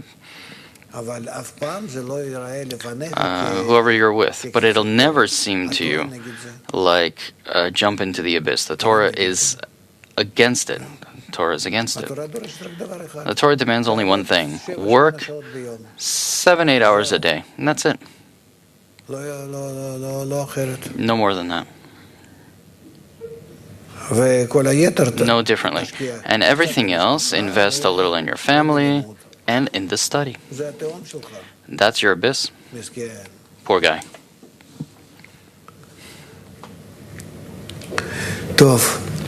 All right, what do we have? 129. 129 he wants. We can read it again or move on. Oh, let's read it again. Anytime you have a question, read it again. It's not harmful. So again, excerpt 152, Shamari 16, what is the day and the night of the Lord in the work? The day of the Lord will mean... Hold on, didn't we just read 131? All right, go ahead. Yeah, that's fine. The day of the Lord will mean that providence, how the Creator leads the world, will be clearly in the form of benevolence. For example, when one prays, his prayer is immediately answered and he receives what he has prayed for. And one succeeds wherever one turns. This is called the day of the Lord. Conversely, darkness, which is night, will mean concealment of the face. This brings one doubts in the benevolent guidance and alien thoughts. In other words, the concealment of the guidance brings one all these alien views and thoughts. This is called night and darkness. Namely, one experiences a state where one feels that the world has turned dark on him. Now we can interpret what is written, "Woe unto you that desire the day of the Lord, wherefore would ye have the day of the Lord? It is darkness and not light."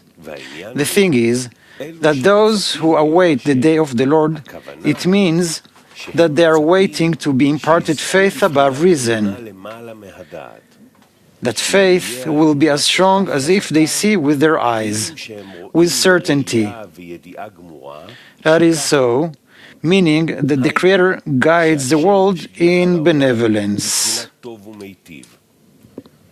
In other words, they do not want to see how the Creator leads the world in benevolence, because seeing is contradictory to faith. In other words, faith is precisely where it is against reason. And when one does what is against one's reason, this is called faith above reason. This means that they believe that the guidance of the Creator over the creatures is benevolent. And while they do not see it with absolute certainty, they do not say to the Creator, "We want to see the benevolence as seeing with reason."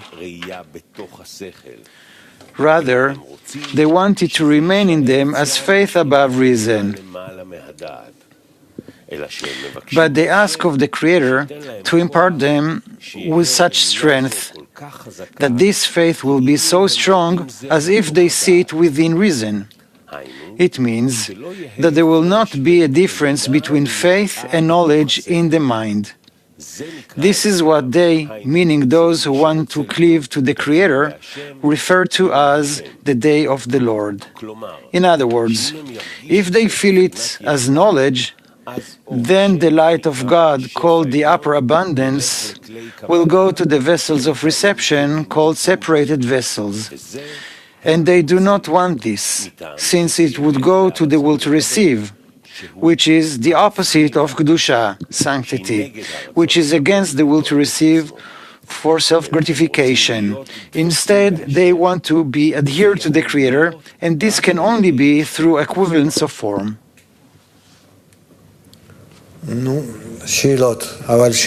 Well, questions, but questions not to confuse others, okay? All right. So let's leave it as is.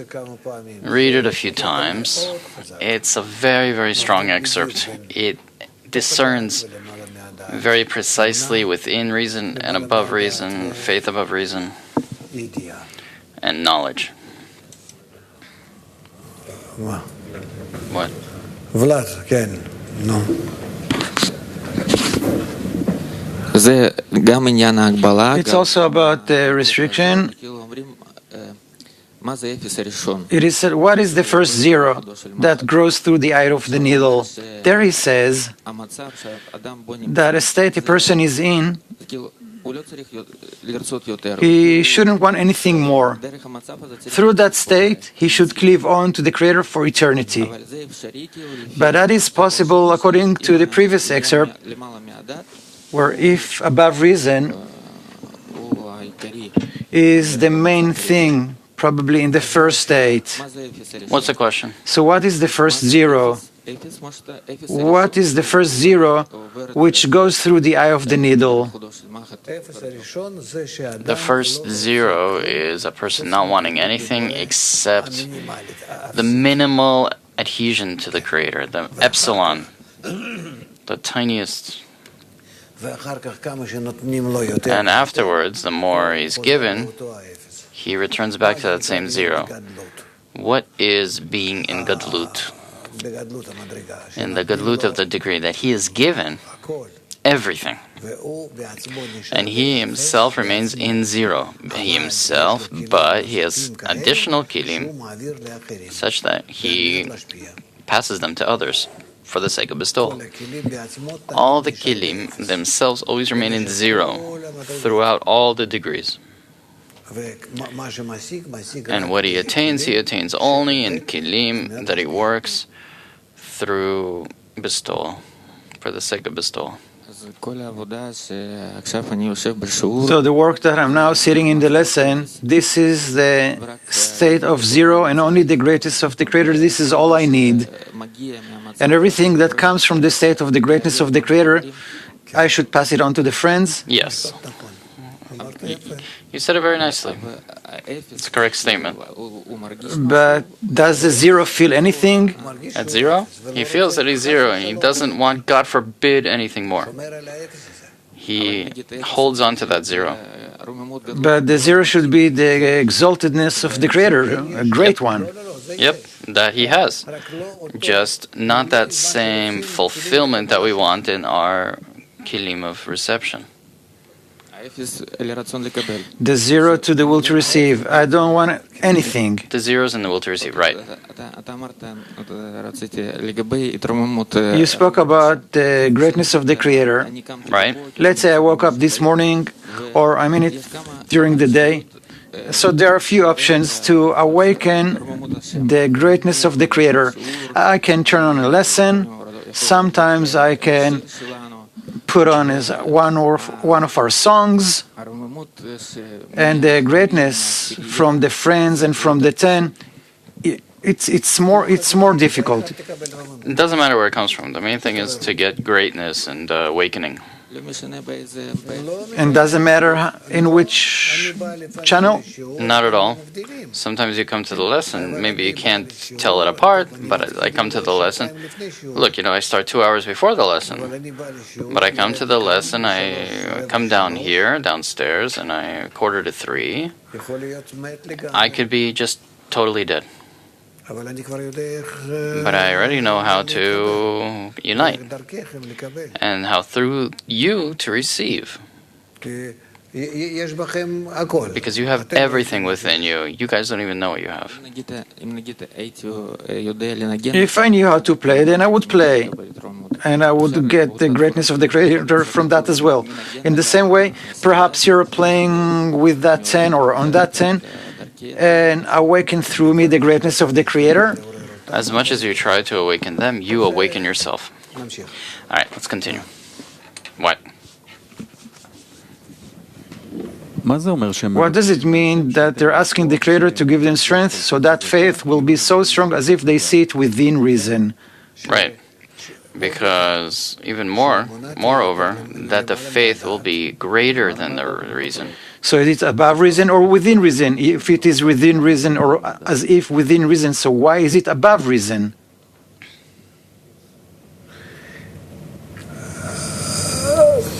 We have no kli except the will to receive. But it's disqualified from regular work.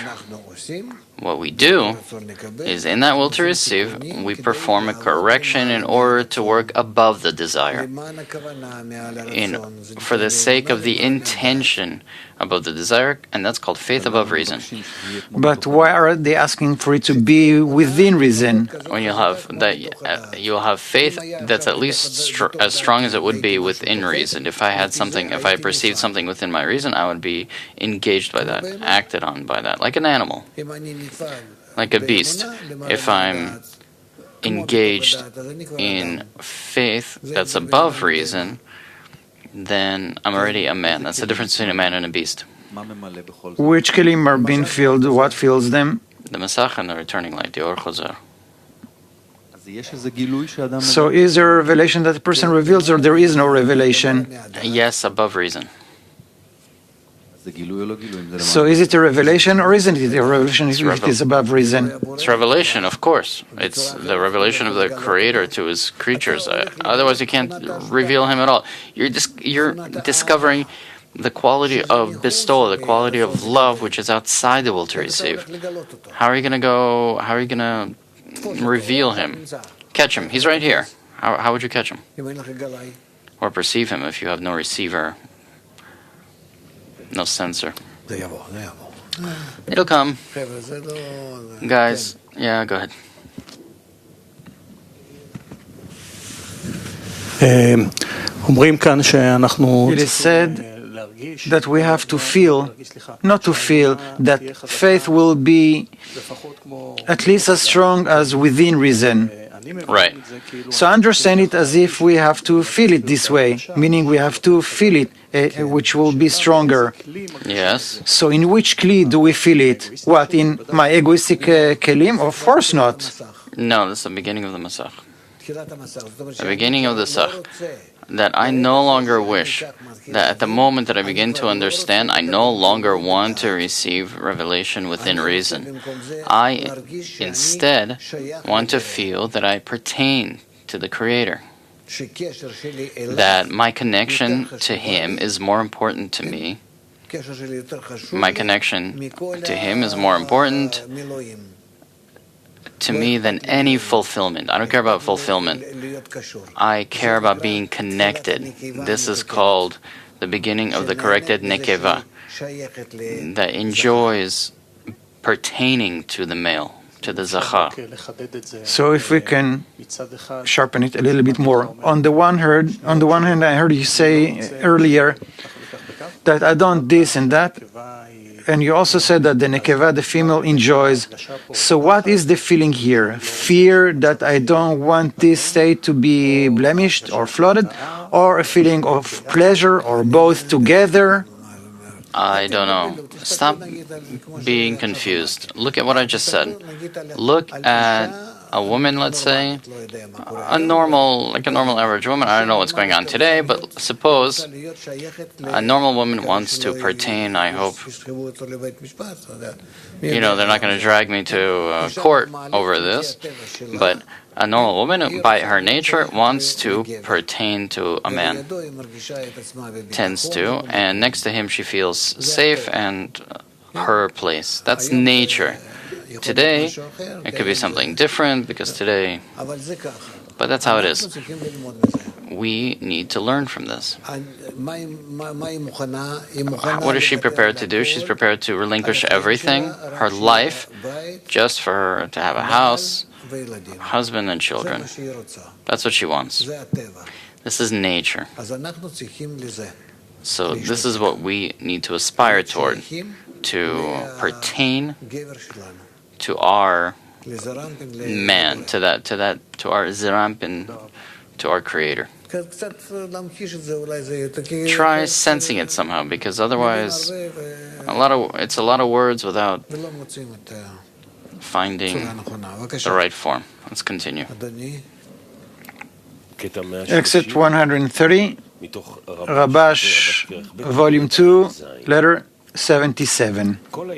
The whole foundation is that one should ask that all of one's thoughts and desires will be only to benefit the Creator.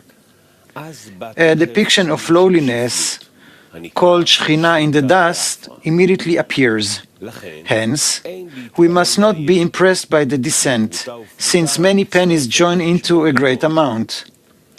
This is, as we learned, there is no absence in spirituality, rather that it has temporarily departed in order to have room for work to advance. This is so because every moment that we scrutinize into holiness enters the domain of holiness, and a person descends only in order to sort out more sparks of holiness. However, there is an advice that one should not wait until his degree is lowered from him, and when he feels his lowliness, he goes up again. And that ascent is regarded as sorting apart into holiness. Instead, he himself descends and elevates other sparks and raises them into the domain of holiness.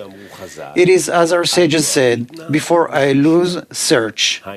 Meaning, before I lose the situation I'm in, I start searching. It is as Baal HaSulam said about King David, who said, I awaken the dawn.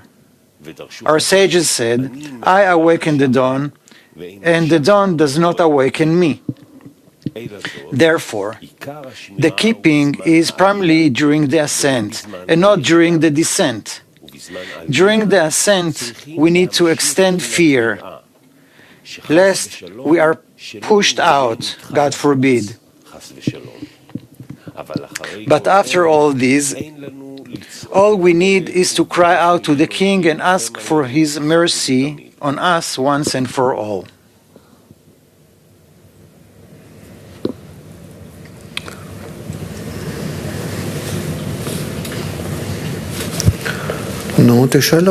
Well, ask. What we just talked about here? It looks like you're not sure. Go ahead, ask. Not so sure, but I don't understand this point where he says to awaken the dawn, as if he's searching for the greatness, which is against everything I heard during the lesson. I'm not sure what you mean. When can I awaken the darkness? When I'm in adhesion. When I'm in adhesion, when I search for myself more extras, additions that I can add to adhesion. But we said that we're not looking for additions. In Dvekut? In adhesion? What does that mean? That is the first question we started the lesson with. Yehuda asked about it as well, and it totally confused me. I understand that you're confused. Because there are two types of kilim. There's a kilim within reason and a kilim above reason. And above reason, all the time I must aspire. I must always add. But what do I add? I add in bestowal, in outside of me. So why do we say, when I am outside of myself, what do? I aspire towards external kilim that I can bestow to. And I myself am always in zero. And if I have any addition, it's when I demand that addition in order to bestow to the other. And this is not what we're talking about, the restriction that I need to aspire specifically for Katnut always? Katnut speaks about myself and not how much work I'm in. And also Gadlut means that I'm in Katnut, and the Gadlut is with respect to external Kelim. That's right. And moreover, go all the way up in this way, that the whole world will depend on you and you will fulfill the whole world. That's not called you having your own kilim. You remain in zero. You are at the bottom of the mountain and you rose to its apex. So which kind of gadlut does he talk about when he says that we don't have to long for it, which is redundant? No knowledge for myself, no self-fulfillment, everything is restricted. I am, like in that first point with which I began my spiritual path as an embryo, and everything that I develop above that is only in order to bestow to the whole world, to the other, and I remain in zero in that same place or in that same desire that the Creator created something from nothing. And everything that I added to something from nothing, existence from absence, essence is to return everything back to the host. So just in order to scrutinize it, when he says that katnut should remain always, clearly he refers to me. But when he's talking about gadlut, he speaks about it as if this is not the greatness that we're referring to. This is a gadlut only with respect to external kelim.